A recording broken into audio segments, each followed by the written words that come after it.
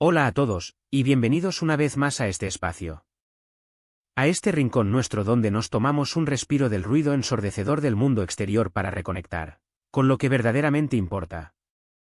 Con aquello que late silenciosamente dentro de nosotros.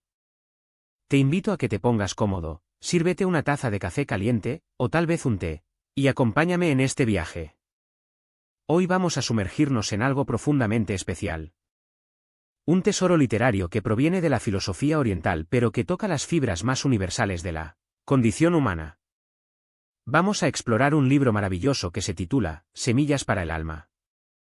Una obra que fue concebida no como un texto académico o una guía rígida de autoayuda, sino como un refugio. Un espejo en el que podemos mirarnos y encontrar consuelo, fuerza y esperanza. La premisa central de esta obra es tan simple como poderosa: sé tú mismo y nunca renuncies a tus sueños. Pero, ¿qué significa realmente no renunciar cuando la vida nos golpea con una fuerza devastadora? ¿Qué significa ser uno mismo cuando el mundo nos exige constantemente que seamos otra persona?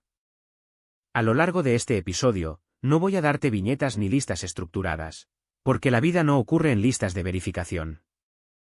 La vida es un flujo continuo, un río impredecible de alegrías, tragedias, malentendidos y momentos de gracia absoluta.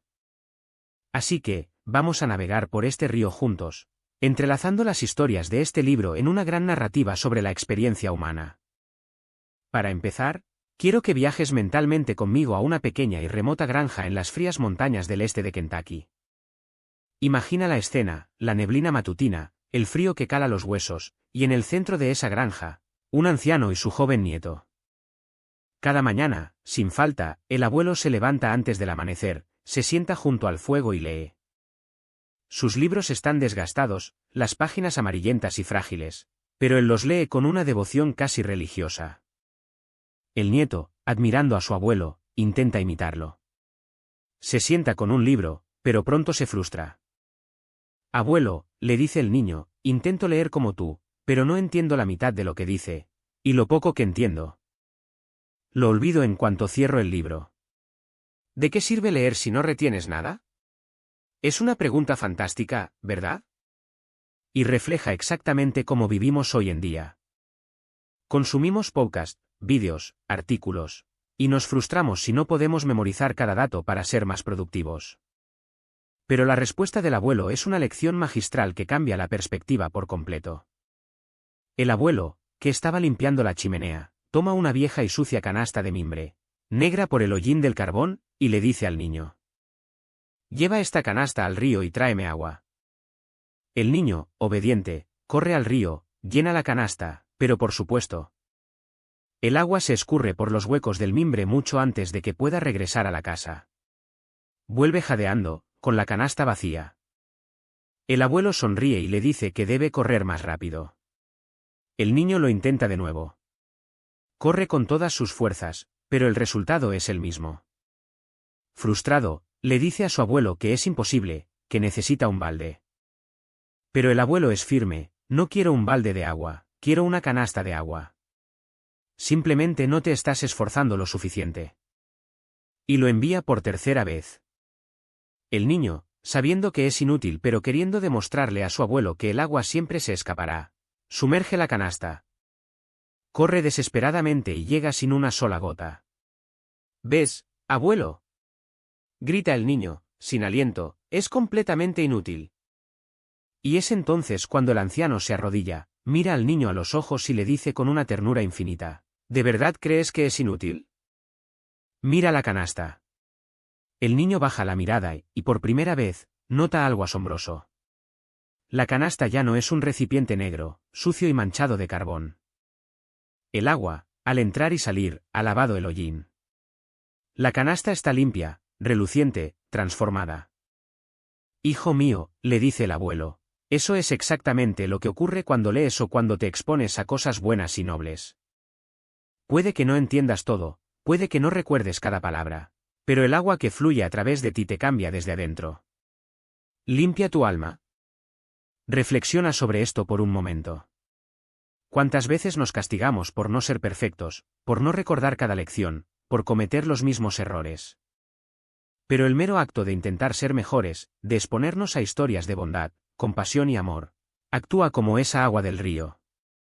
Lava nuestras impurezas emocionales, nuestro cinismo, nuestra amargura, aunque no nos demos cuenta del proceso. Y hablando de limpiar la amargura y abrazar la compasión, esto nos lleva a otra faceta de nuestra humanidad.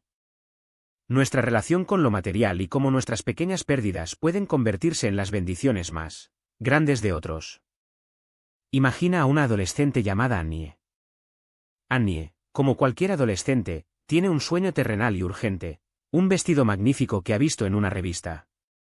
Es un vestido caro, fuera del alcance del presupuesto familiar.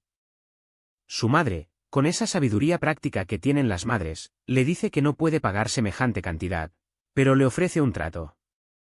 Si ahorras tu propio dinero, puedes comprarlo. Annie acepta el reto. Pasa todo el verano cuidando niños, lidiando con pequeños traviesos, aguantando berrinches, contando cada moneda que gana. Es un trabajo duro, pero la imagen del vestido la mantiene motivada. Finalmente, llega el final del verano y tiene el dinero. Va a la tienda, compra el vestido y se mira al espejo. Es perfecto. Es todo lo que había soñado. Lo guarda celosamente en su armario, esperando el día perfecto para estrenarlo, el día de inicio de clases. Días después, Annie y su madre deciden hacer una limpieza general de la casa. Recogen ropa vieja y donan varias bolsas a la caridad, a una tienda de Goodwill. Pasa el tiempo, llega la noche antes del inicio de clases, y Annie va a su armario a buscar su tesoro. Y no está. Busca desesperadamente. Revisa cada cajón, cada rincón de la casa, debajo de la cama. Nada. Su vestido nuevo ha desaparecido. La desesperación la invade, llora, no puede dormir. A la mañana siguiente, va a la escuela arrastrando los pies, con el corazón roto por la injusticia del universo. Y entonces, mientras camina por el pasillo de la escuela, se congela. Allí, frente a ella, está una chica nueva, una chica tímida que se presenta como Kristen.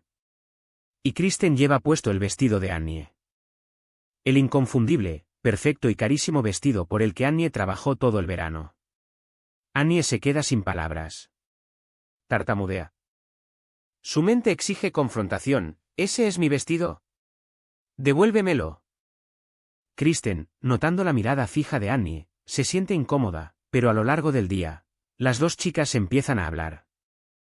Annie, tratando de investigar, le pregunta casualmente a Kristen dónde compró ese vestido tan hermoso.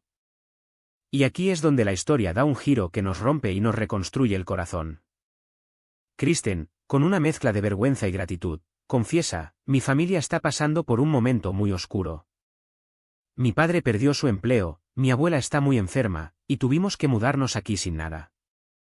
Mi madre fue a una tienda de caridad, a Goodwill, buscando algo de ropa usada para mí. Y justo cuando llegó, alguien acababa de dejar una caja.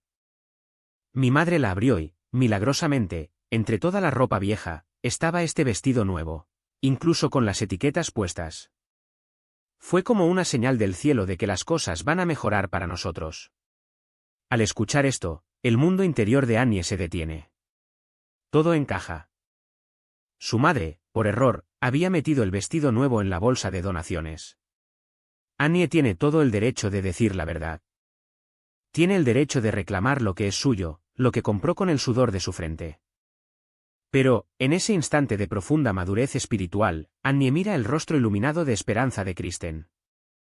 Ve lo que ese vestido significa para una familia devastada. Y Annie toma una decisión que define su carácter para siempre. Sonríe, traga saliva, y le dice a Kristen: es un vestido precioso, y te queda perfecto. De hecho, creo que tengo una chaqueta en casa que haría juego con él. ¿Quieres venir a mi casa esta tarde a probártela? ¡Qué magnificencia de espíritu! Annie perdió un vestido, sí, pero ganó una comprensión inmensa sobre la empatía. Entendió que su sacrificio involuntario era el milagro que otra persona estaba rezando para recibir. Y es fascinante notar cómo, a menudo, los malentendidos nos revelan las verdades más profundas sobre el amor y el sacrificio. Siguiendo esta línea de los malentendidos y el dinero, hay una historia que nos obliga a mirarnos en el espejo como adultos. Especialmente a aquellos que somos padres. Imagina a una madre soltera, trabajadora, ahogada por las deudas y el cansancio diario. Tiene 2 hijas pequeñas, y la de 8 años, Sana, es una máquina de hacer preguntas. Mamá, ¿por qué el cielo es azul? Mamá, ¿puedes comprarme este juguete? Y la madre, consumida por el estrés financiero, siempre responde con cierta irritación y tristeza, no, Sana. Mamá no tiene dinero. Mamá nunca tiene dinero para esas cosas. Un día, la hija mayor entra corriendo a la habitación y grita, mamá, Sana está robando dinero de tu bolso. La madre siente que el mundo se le cae encima. El corazón le late a 1000 por hora. Va corriendo y encuentra a su pequeña de 8 años con la mano dentro de su billetera. La decepción la inunda. La ira de pensar que ha fallado como madre, que su hija se ha convertido en una ladrona, la ciega. Con voz severa, la confronta. Sana empieza a llorar, mirándola con grandes ojos asustados. No estoy robando, mami, te lo juro, solloza la niña. Ah, no. Responde la madre sarcásticamente, entonces, ¿qué hacías con la mano en mi billetera? Y la niña, con lágrimas rodando por sus mejillas, responde con una inocencia que desgarra el alma. Tú siempre dices que no tienes dinero. Que nunca tienes dinero para comprar nada. Estaba metiendo $5 de mis ahorros en tu billetera para que por fin tuvieras dinero, mami. La madre cae de rodillas. El impacto de esas palabras es como un golpe físico. Durante meses, sin que ella lo notara, su pequeña hija había estado depositando toda su mesada. Su pequeña fortuna de $5. En el bolso de su madre, en un acto de amor puro y silencioso, tratando de aliviar el estrés de la mujer que amaba. La madre la abraza, llorando desconsoladamente, dándose cuenta de lo rápido que los adultos juzgamos desde nuestra lente de escasez y cinismo. Mientras que los niños operan desde una abundancia emocional absoluta. Esta historia nos invita a pausar y preguntarnos, ¿cuántas veces juzgamos las acciones de los demás asumiendo sus peores intenciones? ¿Cuántas veces nuestra propia amargura nos impide ver los actos de amor silencioso que ocurren a nuestro alrededor? Y este concepto de cómo nuestras expectativas moldean a las personas nos lleva directamente a la increíble historia de los 2 Giannis. Habiendo dicho esto, adentrémonos en el poder transformador de nuestras palabras. En una escuela secundaria, había 2 alumnos que se llamaban Johnny. Uno era el estudiante modelo, brillante, amable, al que todos adoraban. El otro Johnny era el problemático. Rebelde, grosero, con malas notas, siempre a la defensiva. Durante una reunión de padres y maestros, una mujer elegante se acerca al profesor Escalante y le dice, ¿cómo le va a mi hijo Johnny? El profesor, asumiendo inmediatamente que esta mujer sofisticada es la madre del Johnny brillante, se deshace en halagos. Oh, su hijo es excepcional. Es inteligente, compasivo, líder en la clase. Llegará muy lejos. Es un absoluto placer tenerlo. La mujer se va, radiante de orgullo. Al día siguiente, el Johnny problemático se acerca al escritorio del profesor Escalante. Su actitud habitual de desafío ha desaparecido. En su lugar, hay una vulnerabilidad que el profesor nunca había visto. Profesor, le dice el chico con voz temblorosa, mi madre me contó lo que usted le dijo ayer. Ella llegó a casa llorando de felicidad. Me abrazó y me dijo lo orgullosa que estaba de mí. Nadie le había dicho nunca algo así sobre mí. Quiero agradecerle, profesor. Y quiero prometerle que, a partir de hoy, me voy a esforzar para ser exactamente el chico que usted le describió a mi madre. El profesor se da cuenta de su monumental error, pero tiene la sabiduría de guardar silencio. Y el milagro ocurre. Ese Johnny rebelde comienza a estudiar, deja de pelear, se convierte en un líder positivo y, años más tarde, se gradúa con honores. ¿Por qué comparto esto contigo? Porque ilustra lo que la psicología llama el efecto Pigmalión. Las personas tienden a elevarse o hundirse al nivel de las expectativas que ponemos sobre ellas. Cuando el profesor, por accidente, le otorgó a ese niño una identidad de grandeza, el niño no la rechazó, sino que hizo todo lo posible por habitarla. ¿A quién en tu vida podrías transformar si empezaras a tratarlo no como es hoy, sino como la mejor versión de lo que podría llegar a ser? Si le prestas a alguien una reputación maravillosa, esa persona hará hasta lo imposible por no decepcionarte. Es la magia de creer en el otro. Pero, ¿qué sucede cuando perdemos la fe en nosotros mismos? ¿Cuando somos nosotros los que necesitamos ser reconstruidos? Aquí es donde entra una historia profundamente conmovedora sobre la curación de las heridas, tanto físicas como emocionales. Imagina a una madre joven, recientemente divorciada. Su matrimonio terminó de manera dolorosa, dejándole el corazón destrozado y una enorme desconfianza hacia los hombres y hacia el amor. Ella jura que nunca más volverá a exponerse a ese dolor y se encierra en sí misma, dedicándose exclusivamente a su hija de 5 años. Un día, la pequeña se cae de la bicicleta y se rompe el brazo. Es un momento traumático para la niña, quien, después de que le quitan el yeso, se niega rotundamente a volver a subirse a la bicicleta. Tiene terror a volver a caer, terror al dolor. La madre, con toda la sabiduría materna, se sienta a su lado y le da una charla motivacional hermosa. Mi amor, le dice, sé que tienes miedo. Pero no puedes dejar de hacer las cosas que amas solo porque te lastimaste una vez. Si tienes un accidente de auto, ¿dejarías de viajar para siempre? Si te caes corriendo, ¿dejarías de caminar? Un brazo roto sana, y te hace más fuerte. Tienes que ser valiente y volver a intentarlo. No dejes que el miedo te robe la alegría de montar en bicicleta. La niña, asimilando las palabras de su madre, asiente con la cabeza. Decide ser valiente. Esa misma tarde, con la ayuda de su madre, vuelve a subirse a la bicicleta y, tras algunos temblores iniciales, pedalea libremente, riendo. Superando su trauma. Más tarde, mientras caminan de regreso a casa, la niña mira a su madre y le hace una pregunta que desarma toda su coraza: «Mami. La abuela siempre te dice que deberías salir con ese hombre agradable, Esteve. Pero tú te enojas y dices que no quieres que te rompan el corazón otra vez. Mami, ¿acaso el amor no es como un brazo roto?» La madre se queda paralizada. La pureza de la lógica infantil la golpea de lleno. Acababa de darle a su hija un discurso sobre no dejar que el miedo a una herida pasada controle su futuro, y sin embargo, ella estaba haciendo exactamente eso con su propia vida. Un brazo roto sana, sí. ¿Y un corazón roto? También puede sanar, si le damos la oportunidad. Esa misma noche, la madre decide llamar a Esteve. Decide ser tan valiente como su hija de 5 años. Y, como en los mejores finales de las historias de la vida real, ese paso de fe la llevó a un matrimonio profundamente feliz. A veces, las lecciones más grandes del universo vienen empacadas en las voces de los niños. Ellos ven el mundo sin la costra de cinismo que los adultos acumulamos con los años. Ellos ven las flores silvestres mientras nosotros solo vemos la tierra seca. Ellos ven el charco de barro como un castillo por construir, mientras nosotros lo vemos como una mancha en la alfombra. Esta capacidad de enfrentar el dolor y elegir la esperanza es el núcleo de la resiliencia humana. Y si hablamos de resiliencia extrema, de desafiar todas las probabilidades y reconstruir una vida desde las cenizas absolutas, debemos hablar de Michael Dowling.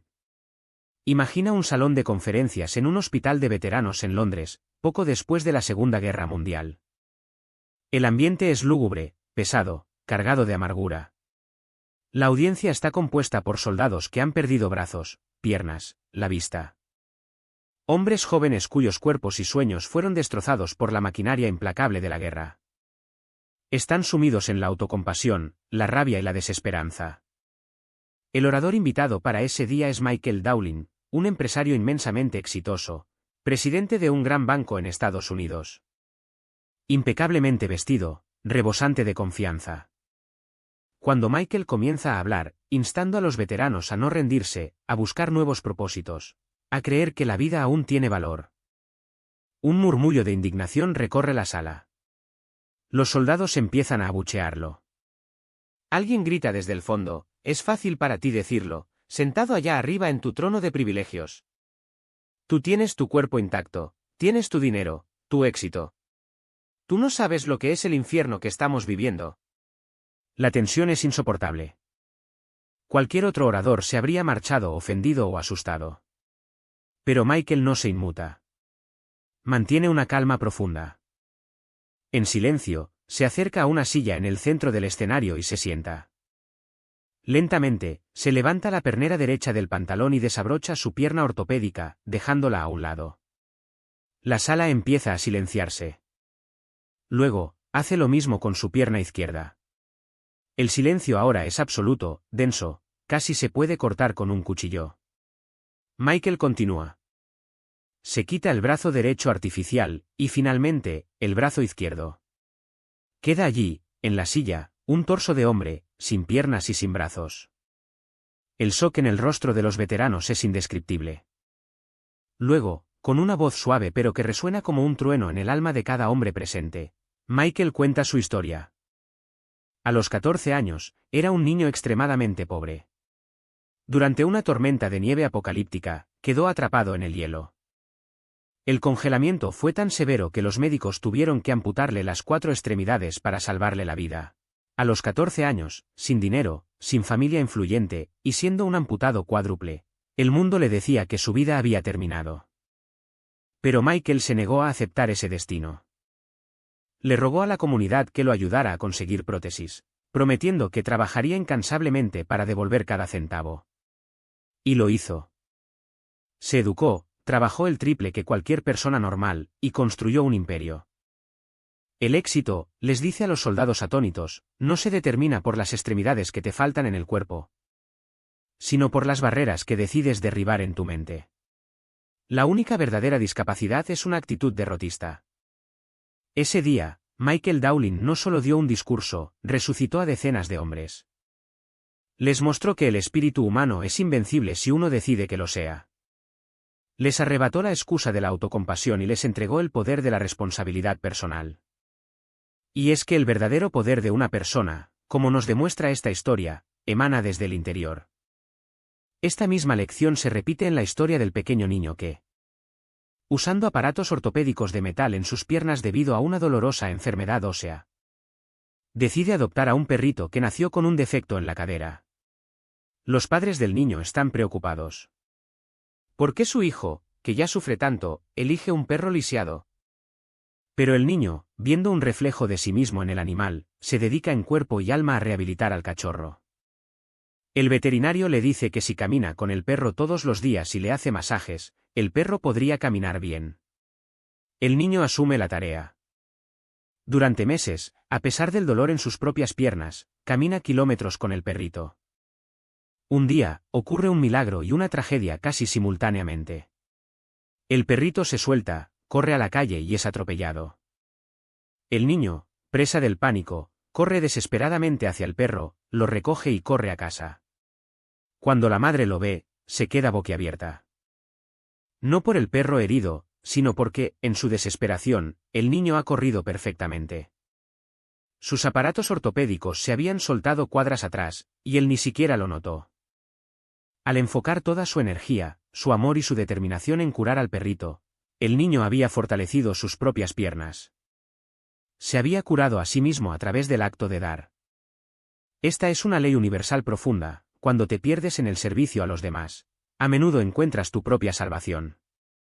El amor que damos es la medicina que nos sana.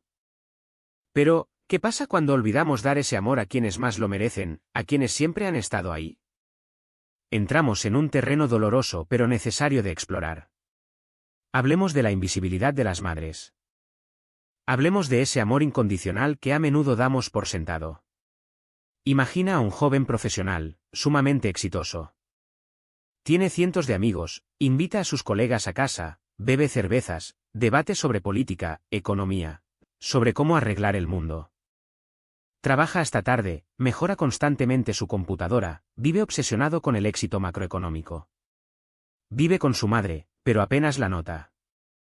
Un día, al cumplirse el 3er aniversario de noviazgo con su novia, él llega tarde a casa, como siempre.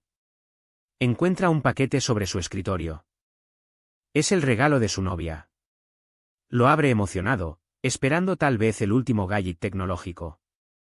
Pero dentro encuentra un reloj de escritorio y algo muy inusual, un simple botón de camisa. Confundido, lee la carta adjunta. Su novia le escribe con una honestidad brutal y amorosa. Amor mío, eres un hombre brillante, respetado por todos, exitoso en tu carrera. Pero esta noche, llegué temprano a tu casa para esperarte. Te vi llegar tarde, como siempre, e irte a dormir. Y mientras tanto, me quedé observando a tu madre. Te regalé este reloj para recordarte que el tiempo no espera a nadie, que hay cosas que no se pueden posponer para mañana. Y te regalé este botón por una razón más profunda. Estuve observando a tu madre. Vi cómo, después de que tus amigos se fueron dejando un desastre y latas de cerveza por todas partes, ella, con su espalda encorvada, recogía cada lata en silencio para venderla al día siguiente y poder comprar limones para hacerte una limonada curativa para tu resaca. Vi cómo, cuando tiraste el periódico después de devorar las noticias mundiales, ella lo recogió, separó los anuncios cuidadosamente y murmuró: tal vez pueda vender este papel al peso. Vi cómo tú te preocupas por tener el procesador de computadora más rápido, mientras tu madre se sienta a ver su telenovela favorita en un televisor viejo, con los colores distorsionados, llorando por los personajes, sin pedir nunca nada para ella. Tú eres un genio creando sistemas contables y balances financieros para tu empresa. Pero eres absolutamente incapaz de calcular el inmenso amor y el sacrificio diario de tu madre. Siempre te preocupas por los grandes problemas del mundo, pero no te das cuenta de que a la camisa que llevas puesta le falta un botón. Y que es ella quien, en la madrugada, con sus manos cansadas, te lo cose para que luzcas impecable ante el mundo que tanto te importa. El joven lee esto y siente que el suelo desaparece bajo sus pies. El impacto es demoledor. Camina lentamente hacia la habitación de su madre, asoma la cabeza y la ve durmiendo, pequeña, frágil, agotada por una vida de servicio silencioso. Aprieta el botón de plástico en su mano hasta que le duele. Se da cuenta de la arrogancia de su juventud, de la ceguera de su ambición. ¿De qué sirve tener el mundo a tus pies si eres incapaz de honrar a la mujer que te dio las alas para volar? Es una epifanía dolorosa. Todos tenemos figuras así en nuestra vida. Personas cuyo amor es tan constante, tan de fondo, que se vuelve como el oxígeno, vital, pero invisible hasta que nos falta. Y hablando del amor incondicional de los padres y cómo los hijos a menudo fallan en comprenderlo o, en el peor de los casos, la sociedad empuja a tragedias por no saber amar sin condiciones. Hay un relato en este libro que es, sin duda, el más desgarrador, pero que necesitamos escuchar. Trata sobre un soldado joven, al final de una guerra brutal. El chico llama a sus padres desde una cabina telefónica en San Francisco, habiendo regresado al fin a su país. Sus padres, al escuchar su voz, lloran de alegría. «Hijo, vuelve a casa ya. ¿Te extrañamos tanto?» El hijo, con voz tensa, les dice: «Mamá, papá, estoy a punto de ir, pero quiero pedirles un favor. Tengo a un amigo de mi pelotón conmigo. No tiene a nadie en el mundo, su familia ha muerto. Quiero llevarlo a vivir con nosotros». Los padres, eufóricos por el regreso de su hijo, responden: «Claro, hijo. Nos encantaría conocerlo, que se quede un par de semanas». El hijo hace una pausa y dice con voz grave: «Pero hay algo que deben saber. Mi amigo fue herido gravemente en combate. Pisó una mina. Perdió un brazo y una pierna. Y requiere cuidados constantes. Y, bueno, no tiene a dónde ir. Quiero que viva con nosotros para siempre». El silencio al otro lado de la línea es espeso.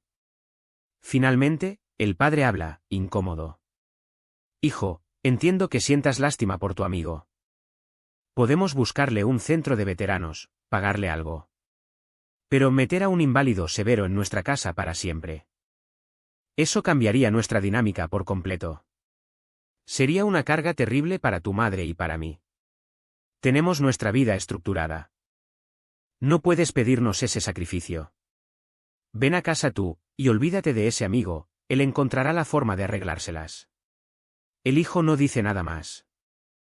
Simplemente murmura un «adiós, papá», y cuelga el teléfono. Pasan los días y los padres no tienen noticias de su hijo. La alegría se convierte en angustia.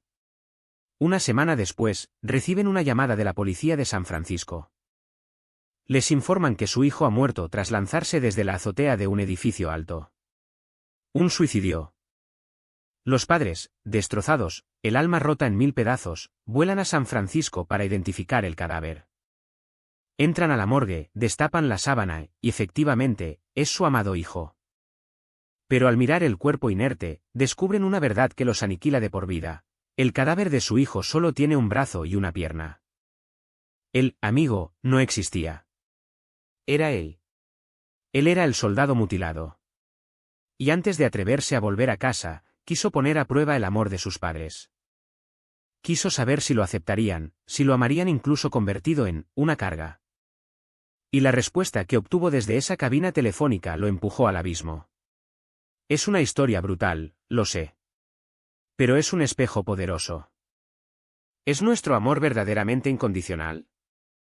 Amamos a las personas solo cuando son convenientes, cuando están enteras, cuando nos hacen sentir orgullosos, cuando no perturban nuestra comodidad. El verdadero amor no huye de la imperfección o de la herida, entra de lleno en la oscuridad del otro y dice: aquí estoy. No eres una carga. Contrastemos esta historia trágica con el hermoso relato de la madre ciega. Una mujer que cría a sus hijos en total oscuridad visual. Y sin embargo, su hijo narra cómo ella lo veía mejor que cualquier persona con vista perfecta. Esta madre exploraba los dibujos de su hijo con las yemas de los dedos, tocando la textura de los crayones sobre el papel para ver los campos y las montañas que él pintaba. Ella le peinaba el cabello haciendo una raya perfecta usando su tacto. Sabía cuando los niños querían esconder un animal callejero en el cuarto solo por los cambios en su respiración y sus pasos. Cuando la hija llega a la adolescencia, en esa edad llena de inseguridades físicas, le pregunta a su madre: «Mamá, ¿te da tristeza no saber cómo soy físicamente?». La madre ciega sonríe, le acaricia el rostro y le da una respuesta que debería enmarcarse en el corazón de todos nosotros. Le dice: «Mi amor, yo sé perfectamente cómo eres.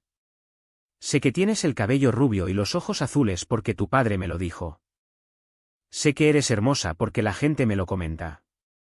Pero yo veo mucho más profundo que ellos. Veo que eres fuerte porque tienes el valor de defender lo que es justo. Veo que eres compasiva por la forma en que le hablas a los animales y a los ancianos. Veo que eres brillante por tu curiosidad. Veo tu alma, mi amor, y te aseguro que es la cosa más hermosa que he tocado jamás». ¡Qué paradoja tan sublime! A veces, los que tienen los ojos más sanos son los más ciegos ante la verdadera esencia humana, deslumbrados por el estatus, el dinero o el aspecto físico. Y aquellos que no pueden ver con los ojos, ven con el corazón, percibiendo el valor absoluto del ser humano. Esta profunda conexión humana, este hilo invisible que nos une a todos, se manifiesta de maneras asombrosas en lo que llamamos la cadena de la bondad. El karma positivo, o simplemente, el amor en acción. Quiero que te imagines una carretera oscura, fría y lluviosa. Un hombre llamado Joe, que acaba de perder su empleo, va conduciendo su viejo y destartalado auto. Está deprimido, preocupado por cómo va a pagar las cuentas, porque su esposa está a punto de dar a luz en un mes. De repente, ve a un lado de la carretera un Mercedes-Benz de lujo estacionado, y junto a él, a una anciana muy bien vestida, pero aterrada y temblando de frío bajo la lluvia. Joe se detiene. La mujer se asusta al principio. Joe es grande, viste ropa gastada, y es de noche. Pero él le sonríe con bondad. Le dice que no tenga miedo y se pone a trabajar bajo la lluvia para cambiarle el neumático pinchado. Se ensucia de barro y grasa, se raspa las manos, pero logra cambiar la llanta. La anciana, inmensamente aliviada, saca su cartera y le pregunta cuánto le debe, ofreciéndole cualquier cantidad. Ella es rica, él es pobre. Él necesita el dinero desesperadamente. Pero Joe rechaza el dinero. Le dice: «No me debe nada, señora. A mí me han ayudado muchas veces en la vida. Si realmente quiere pagarme, la próxima vez que vea a alguien en problemas, ayúdelo. Páselo adelante». Joe se sube a su auto y se va. La anciana, conmovida, conduce unos kilómetros más hasta llegar a una pequeña cafetería de carretera para secarse y tomar un té. Allí, la atiende una mesera. La anciana nota que la mesera está visiblemente agotada, le duelen los pies, y tiene una barriga de embarazo de 8 meses. A pesar de su obvio cansancio, la mesera la atiende con una sonrisa dulce y genuina, secándole el cabello con una toalla. La anciana termina su té y pone un billete de $100 en la mesa. Cuando la mesera va a la caja a buscar el cambio y regresa, la anciana ya no está. En la mesa, debajo del billete de $100, hay otros 4 billetes de 100 y una nota escrita en una servilleta. Alguien me ayudó hoy sin pedir nada a cambio. No me debes nada. Sé que estás a punto de tener a tu bebé. Usa este dinero. Y si quieres agradecérmelo, no dejes que la cadena de amor se rompa contigo. La mesera llora de emoción. Ese dinero es un milagro, les salvará el mes. Al terminar su turno, llega a su pequeño y modesto apartamento. Va a la habitación, donde su esposo está durmiendo. Se acuesta a su lado, le da un beso en la frente, acaricia su vientre de embarazada y le susurra al oído: todo va a estar bien, mi amor. Te amo, Joe. Esta historia es un círculo perfecto. La bondad que Joe lanzó al universo bajo la lluvia fría, regresó a su propia cama esa misma noche para salvar a su propia familia. A veces pensamos que ayudar a otros es un gasto de nuestra energía o dinero, sin darnos cuenta de que estamos invirtiendo en el tejido mismo del universo. Es la misma lección que un anciano profesor le enseñó a su joven y arrogante estudiante de la universidad. Caminaban por el campo cuando vieron un par de zapatos viejos y gastados a un lado del camino. El estudiante, rico y malcriado, le dijo al profesor: maestro, escondamos los zapatos de ese campesino pobre y escondámonos detrás de esos arbustos para ver su cara de desesperación cuando no los encuentre. Será muy divertido. El profesor lo miró con severidad y le respondió: nunca te burles del dolor ni de la pobreza de un hombre. Eres rico. Si quieres diversión verdadera, haz esto: pon una moneda de oro en cada zapato, y luego nos escondemos a ver su reacción. El estudiante, intrigado, obedece. Se esconden. Al anochecer, el campesino, un hombre destrozado por el trabajo físico, regresa a ponerse sus zapatos. Al meter el pie, siente algo duro. Saca la moneda de oro. Su rostro es una máscara de asombro absoluto. Revisa el otro zapato y encuentra la otra moneda. Cae de rodillas allí mismo en la tierra sucia, levanta las manos al cielo y, con lágrimas empapando su rostro arrugado, grita hacia las nubes: Gracias, Dios mío. Gracias a la mano invisible que dejó esto. Con esto podré comprar la medicina para mi esposa enferma y pan para mis hijos que llevan días sin comer. Detrás de los arbustos, el joven estudiante rico está llorando a mares. El profesor le pone una mano en el hombro y le pregunta: dime, muchacho, ¿te habrías sentido tan feliz y realizado si le hubieras hecho la broma pesada que planeabas? El joven responde, entre lágrimas: maestro, hoy me ha enseñado la lección más grande de mi vida. Hoy entiendo que es infinitamente más gratificante dar que recibir. Esas monedas no solo salvaron a la familia del campesino, salvaron el alma del estudiante. Lo liberaron de su arrogancia. Y liberarnos de nuestras cargas es, quizás, la tarea más difícil que enfrentamos en nuestro viaje personal. Hablemos de eso. Hablemos de las mochilas invisibles que cargamos todos los días. Hay una analogía maravillosa en este libro sobre un alpinista que quiere llegar a la cima de una gran montaña.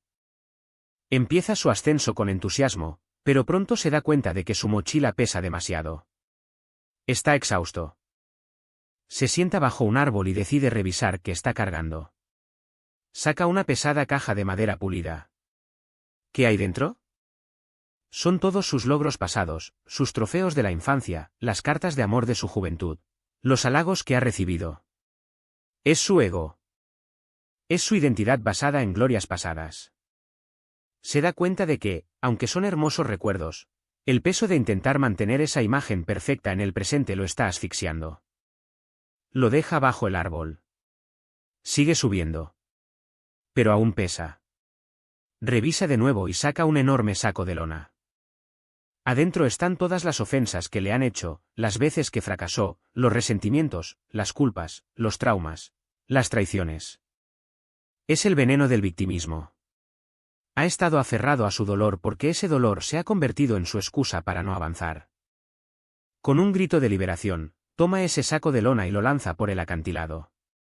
Se siente infinitamente más ligero. Pero aún hay algo más. Su mochila sigue ahí. Se da cuenta de que la mochila misma está llena de ansiedad por el futuro, el miedo a no tener suficiente dinero, el miedo a enfermarse, el miedo al fracaso inminente. Decide soltar la mochila entera, quedándose solo con una flauta de bambú. Completamente libre del pasado que lo encadena y del futuro que lo aterroriza, camina con ligereza y finalmente alcanza la cima. Y desde allí, viendo la inmensidad del paisaje, el valle dorado por el sol y el cielo infinito, toca su flauta. Vive el presente absoluto. ¿Cuántos de nosotros no podemos disfrutar de la vista de nuestras vidas porque estamos doblados bajo el peso de cajas de madera llenas de ego y sacos de lona llenos de rencores? Soltar no es perder, soltar es hacer espacio para poder respirar. El exceso de equipaje nos roba la alegría, y a veces, también nos roba nuestra capacidad de expresarnos, de maravillarnos. En otra historia fascinante de este compendio, se nos habla de un hombre que, poco a poco, fue perdiendo los signos de puntuación de su vida. Primero perdió la coma. Empezó a hablar de corrido, a vivir de corrido. Ya no hacía pausas. Se volvió un hombre apresurado, temeroso de las frases complejas y de las relaciones complejas, buscando solo la eficiencia brutal. Luego, perdió el signo de exclamación. Dejó de sorprenderse. Un atardecer hermoso, el abrazo de un amigo, la risa de un niño, ya nada lo exaltaba. Ya no había emoción, ni indignación contra la injusticia, ni alegría extrema. Todo se volvió gris y monótono. Después, perdió el signo de interrogación. Dejó de preguntar. Dejó de tener curiosidad por el universo, por los misterios del cosmos, por los sentimientos de su esposa. Se volvió un sabelotodo arrogante que nunca cuestionaba sus propias verdades. Finalmente, perdió los 2 puntos. Ya no podía explicar nada, no podía enumerar las bendiciones de su vida. Solo citaba frases de otros, sin pensamiento propio. Y así, despojado de comas, de asombro, de curiosidad y de reflexión, el hombre llegó rápida e irremediablemente al punto final. Su vida terminó sin haberla vivido realmente. ¿Tienes tú tus signos de exclamación intactos? ¿Todavía te maravillas cuando ves la luna llena? ¿Conservas tus signos de interrogación para seguir aprendiendo y admitir que no sabes todo? Proteger nuestros signos de puntuación es proteger nuestra humanidad. Y esta humanidad, esta empatía profunda, se ejerce a menudo en los escenarios menos pensados y de las maneras más sutiles. Quiero contarte sobre una habitación de hospital. Una habitación fría, aséptica, donde el reloj marca implacablemente las últimas horas de un anciano solitario de 70 años. Su familia no está. Están muy ocupados, o tal vez demasiado agotados emocionalmente para escuchar por milésima vez las historias del abuelo. Historias que consideran los desvaríos repetitivos de un viejo que se apaga. Así que lo han dejado allí, en manos del personal médico. Pero no está solo. Junto a su cama hay una joven voluntaria, una muchacha de cabello negro y ojos amables. Ella no es su nieta, no comparte su sangre. Pero ella le ofrece el regalo más sagrado que un ser humano le puede dar a otro, su atención plena, el milagro de la escucha. El anciano, recostado en su lecho de muerte, empieza a hablar. Y a medida que la joven lo escucha con asombro y respeto genuino, el cuarto de hospital desaparece. La magia se enciende. El anciano ya no es un cuerpo marchito y dolorido. En su mente, y en la imaginación de la chica, él vuelve a ser un muchacho vigoroso de 18 años. Nadando valientemente a través de las corrientes heladas del río Columbia. Vuelve a ser el joven apuesto que pedaleó 60 millas en medio de una tormenta de nieve feroz para enlistarse en la Marina durante la guerra.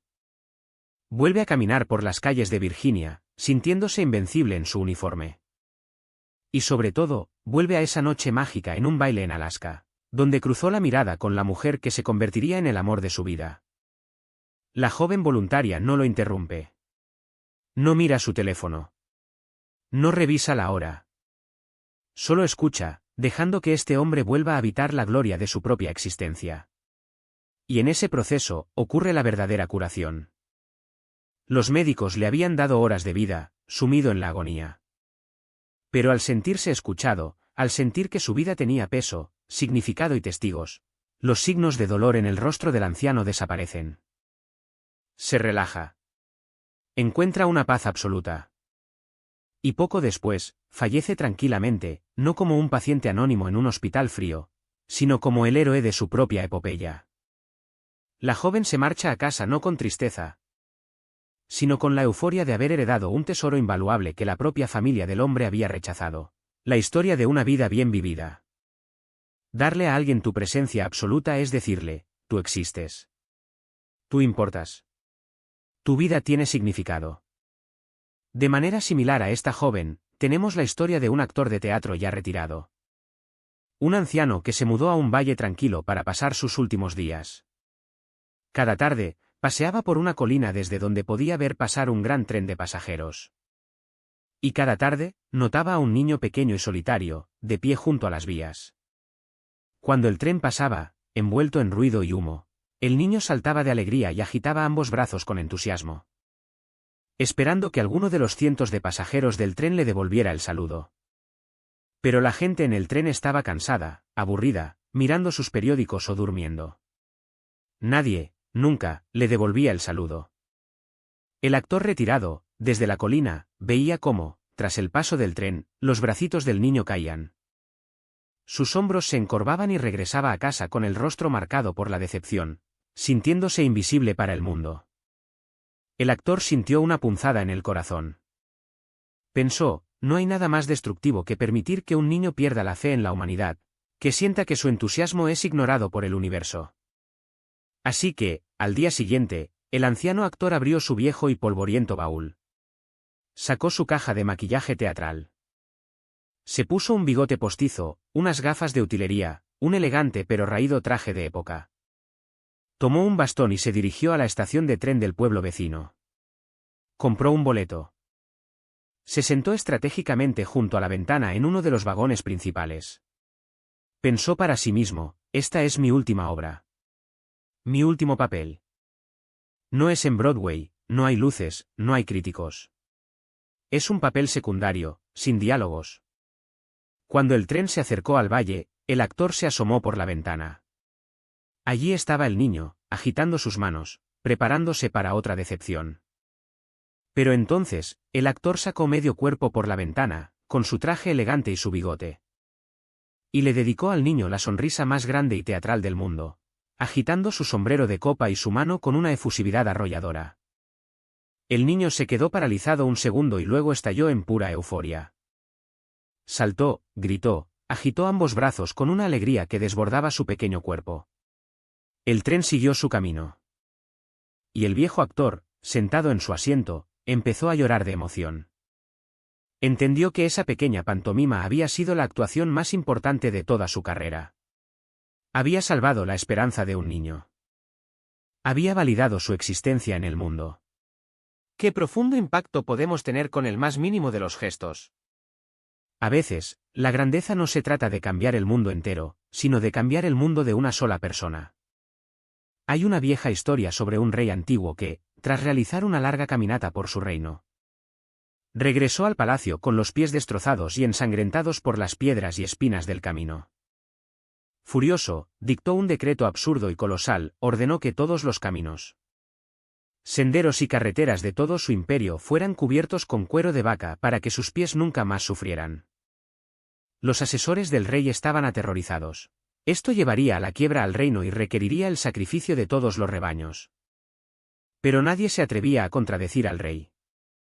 Hasta que un humilde y sabio sirviente se adelantó y le dijo, Majestad, ¿por qué gastar la riqueza de toda la nación y realizar un esfuerzo imposible intentando cubrir el mundo entero? ¿Con cuero? ¿Por qué no simplemente cortar 2 pequeños trozos de cuero y atarlos a las plantas de sus propios pies? El rey quedó atónito, pero comprendió la brillantez de la idea. Y así, según la leyenda, nacieron los zapatos. La moraleja es brillante, lúcida y revolucionaria. Para encontrar paz y caminar sin dolor, no necesitas cambiar el mundo. Necesitas cambiarte a ti mismo. Necesitas cambiar la forma en que interactúas con la realidad. Cambiar tu perspectiva es ponerte los zapatos que te permitirán caminar sobre las piedras de la vida sin desangrarte. Este cambio de perspectiva lo vivió en carne propia un jefe de diseño en una agencia. Tenía una empleada joven, Mary, sumamente talentosa, brillante en su trabajo, pero con una peculiaridad que irritaba a los demás. Mary siempre, sin excepción, llevaba una gran flor natural prendida en su cabello.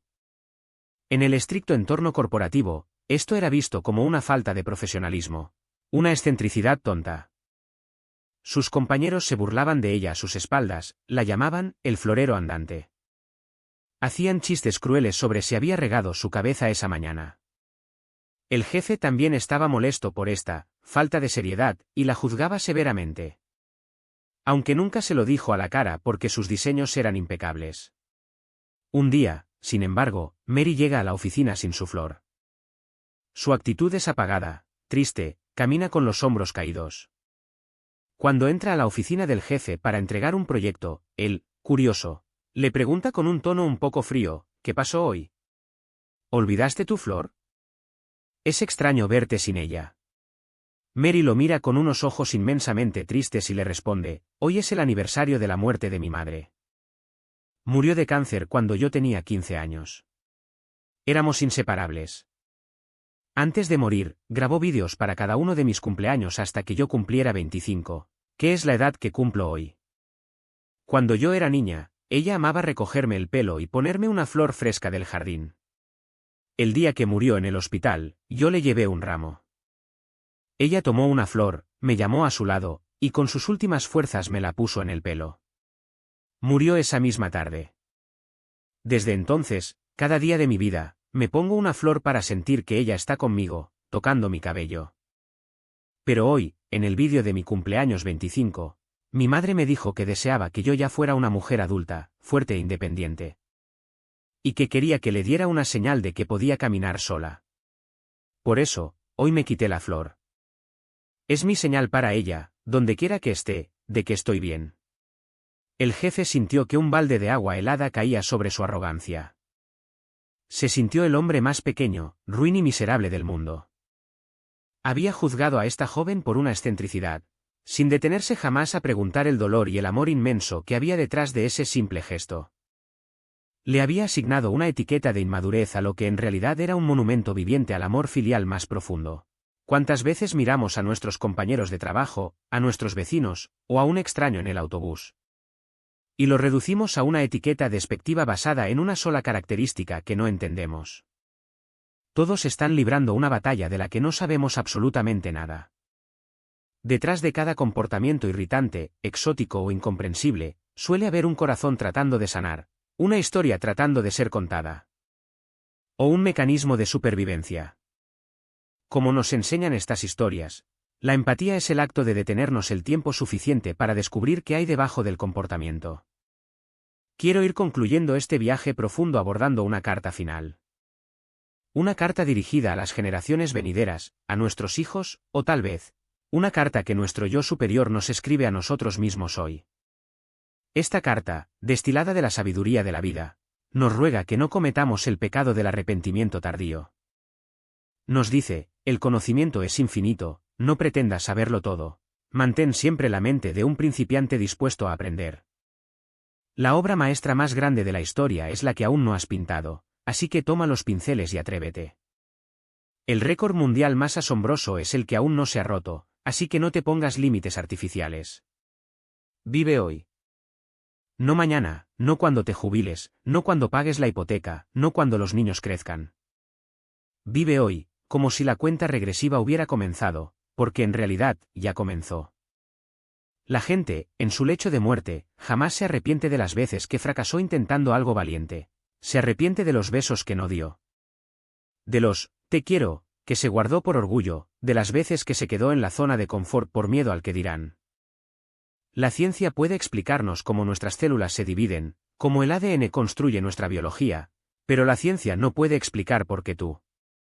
Con tu combinación exacta de talentos, cicatrices, pasiones y miedos, fuiste puesto en esta tierra en este preciso momento de la historia.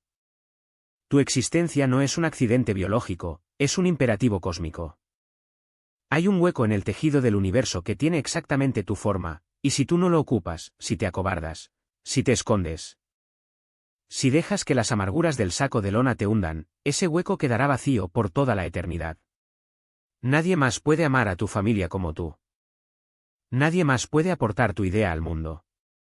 Para cerrar, te dejo con las promesas de la sección, nunca, del libro. Toma nota mental de esto, tatúatelo en el alma, nunca te compares con los demás. Es un insulto a tu propia singularidad. Nunca permitas que otros definan lo que es el éxito para ti. Nunca renuncies a un sueño que no puedes sacarte de la cabeza. Nunca te rindas. Nunca tengas miedo de admitir que estás roto, porque es por las grietas por donde entra la luz. Y nunca, nunca cierres tu corazón al amor. El amor es riesgoso, duele, a veces te rompe como un brazo en una caída de bicicleta. Pero es el único motor que hace que este viaje insano llamado vida valga la pena. Atrévete a ser tú mismo, a perdonar a los que no saben amar. A soltar la mochila del pasado y a saludar al niño solitario que espera junto a las vías del tren. Te agradezco infinitamente que me hayas prestado tus oídos y tu corazón durante este tiempo. Que estas historias de semillas para el alma germinen en ti, florezcan en tus acciones y te den el coraje de enfrentar tu vida con una nueva luz. Recuerda siempre, como decía aquel abuelo, aunque sientas que la canasta no retiene el agua, el río te está limpiando por dentro. Hasta nuestro próximo encuentro, vive plenamente y ama sin reservas.